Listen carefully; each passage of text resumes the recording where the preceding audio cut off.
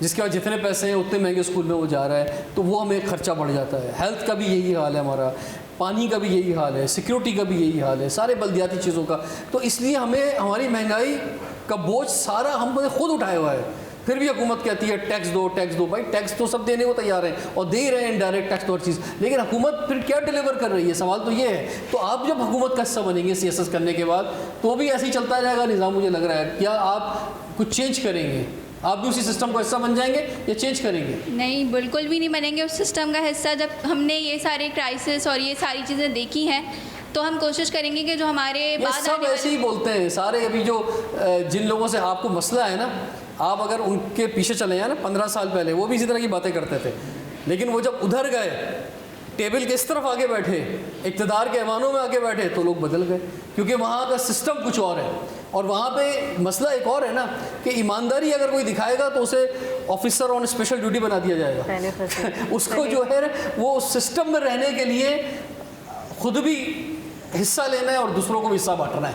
یہ بڑا المیہ ہے اس ملک کا. جی تو سر یہ چینج کیوں نہیں کرتے, مطلب فائنینس کا مطلب صحیح. میں تو چاہتا ہوں چینج ہو, جب بھی میں آپ کے پاس آیا ہوں میں اسی لیے آیا ہوں کہ آپ لوگ اگر سی ایس ایس کر کے جائیں گے, مطلب بہت امپورٹنٹ ہوتا ہے بیوروکریسی کا. اگر آپ کسی بھی انسٹیٹیوشن میں جا کے بیٹھیں گے تو آپ ہی نے تو چینج کرنا ہے, اور کون کرے گا. لیکن میں یہ کہہ رہا ہوں کہ جن لوگوں سے آپ کو مسئلہ ہے ان کے بھی تو 15-20 سال پہلے کے اسٹوڈنٹ, وہ بھی تو کبھی رہے ہوں گے, وہ بھی تو یہی باتیں کرتے تھے جو آپ کر رہے ہیں. تو کیا ہوا پھر آج کیوں وہ نہیں تبدیل کر پا رہے, وہ کیوں سسٹم کا حصہ بن گئے؟ جی آپ کو مائک دیں گے. سر آئی تھنک جو ہماری پالیٹکس کے اندر ہیں, ہم اب تک دیکھتے آ رہے ہیں کہ 3 سے 4 خاندان ہیں وہی انوالوڈ ہیں, اور آگے جو ہماری پالیٹکس جو چلتی ہے وہ ان 3 خاندانوں کے بیونڈ. لیکن مسئلہ ان 3-4 خاندانوں کا نہیں ہے, مسئلہ اس 3-4 خاندانوں کا بنایا ہوا کلچر ہے جس کے مخالفت کرنے کے بجائے لوگ اس کلچر کا حصہ بننا چاہتے ہیں.